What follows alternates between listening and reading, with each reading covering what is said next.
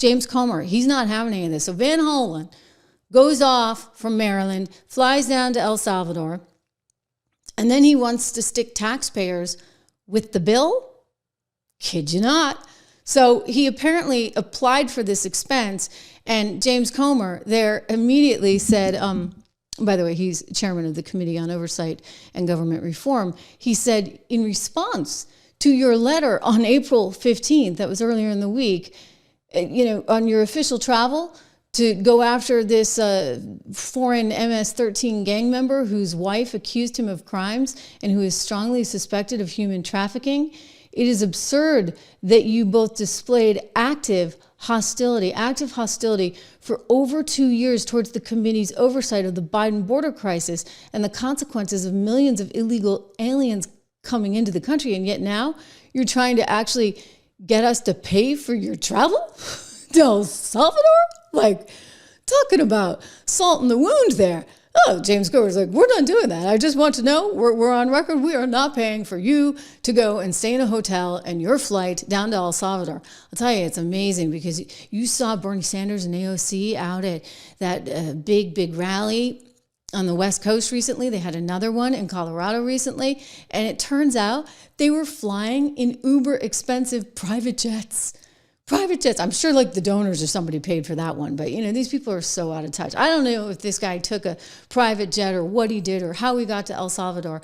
But no, we taxpayers should not have to pay for any of it. You go do that and, try and tout your own political whatever on your own dime, right? Do that on your own dime. I'll tell you, he's all proud of how he tried to get a meeting. He told us how this guy was so traumatized. But I'll tell you, Van Hollen, I think he was traumatized because he had to keep asking for the meeting. And then he wants to say, oh, but I'm so good because I finally got it. Huh. Now, getting a meeting with Kilmar was not easy. On Wednesday, I met with the Vice President of El Salvador and asked if I could meet with him. The answer was no. I asked if I returned the following week whether I could meet with him. The answer was no. I asked if I could call him on the phone. The answer was no. And then eventually somehow somebody gave in and decided, well, we're going to help this guy out. But, don't forget, he's there on your dime or trying to be there on your dime. But James Comer's like, we're not paying for this. Like, you do you, okay? Like, you get some group to pay for you. We're not paying for this out of the American taxpayer's wallet. And that's good because you know what? American taxpayers don't have a whole lot of money. We just were paying our taxes, right, this week. That was the big tax day. And I'll tell you this, guys, you know what? More tax cuts, they're in jeopardy right now. You've heard me talk about this. I've had some guests on the show. I mean, I hate to go like 5-alarm fire on you, but they are in jeopardy. And you wouldn't think so, right? Because you have the House, you have the Senate, you get the White House. But Donald Trump's tax cuts, they are set to expire. And if they don't get renewed, I am telling you, all bets are off for this economy. How do you get a more prosperous economy? How do you actually grow this whole thing? Lower taxes, less regulation. It's a pretty simple formula. We've said it for years. Anyway, there's concern out there, legitimate concern. I'm actually going to be in Savannah, Georgia in a couple of weeks. I told you about that. And I'm going to speak with a lot of cabinet members and my friend Grover Norquist, I think, is going to be on my panel. We've got Kellyanne Conway, a whole bunch of people. You can actually go and be part of that if you're interested in that.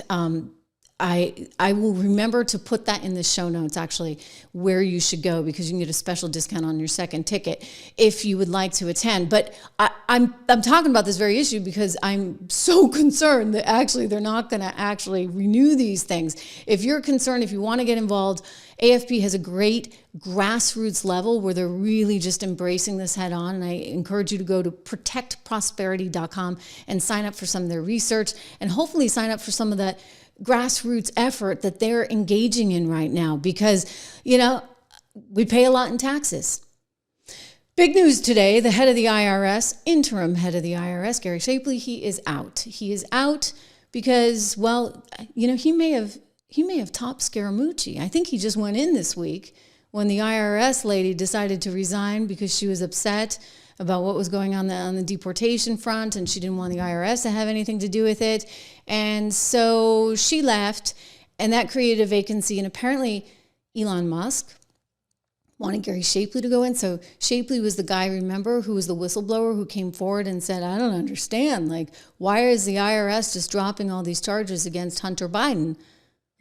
I wonder why, right? And so he was the guy who spoke out, and Musk wanted him in the seat. But you had the Treasury Secretary in the background saying, hey, wait a second, like, I run Treasury, and the IRS reports to Treasury. So it was a little bit of a power thing. Look, I get it, right? Like, probably Elon should have gone through Scott Bessent and Donald Trump in order to get Gary Shapley in. Don't forget, there's a little bit of bad blood there, right? Because Elon wanted Howard Lutnick to be the Treasury Secretary. And Donald Trump eventually picked Scott Bessent, which I think was a very wise move. Nothing against Howard, but Bessent is really, really smart as a financier, and Howard is too. But Howard wound up with the job as Commerce Secretary. And so that was seen as sort of like a bit of a push down to Elon. And so I think Bessent's like, wait a second, he doesn't necessarily trust everything that's coming out of Elon. Gary Shapley, so he was there, 3 days or something? So here's the good news. He can say, I beat Scaramucci. It had nothing to do with him. It was all just internal politics. The White House actually even came out and admitted it. Caroline Leavitt said, yeah, you get some internal politics stuff going on. Anyway, here's the big story I want to tell you about with the IRS. Unbelievable. I couldn't believe this one. Remember, didn't they hire like 80,000 new IRS agents during the Biden administration? Well, there's a new report today that says those IRS agents apparently haven't, in many cases, been paying their taxes for like years. That's a little weird, right? While most Americans had to write a big fat check to the government today to pay their taxes, over 100,000 federal workers are not paying their taxes. In 2021, the IRS found that almost 150,000 federal workers owe about $1.5 billion in unpaid taxes. Over 5,000 of them work at the IRS and owe $50 million in overdue taxes. Even though the IRS can fire its workers that are not paying their taxes, only 20 people have been terminated. That double standard is something Senator Joni Ernst, Senate Doge Caucus chair, wants to stop. She's introducing several bills aimed at cleaning up the IRS. One bill would require IRS employees to be audited every year and fired if they don't pay their taxes. But while the IRS is not catching the tax cheats on their own payroll, they are busy arming their workforce. Ernst is also calling out 10 million taxpayer dollars the IRS has spent on guns and ammo, stockpiling 4,500 guns, 5 million rounds of ammo, even 15 machine guns. So why does the IRS need all that ammo? It's a little weird, right? Like, who knew that being an IRS agent required you to be able to be a sharpshooter as well? I'm just saying, it's a little strange. And government agents should pay their taxes just like everyone else. Unless, of course, we just get rid of the IRS and we have the XRS.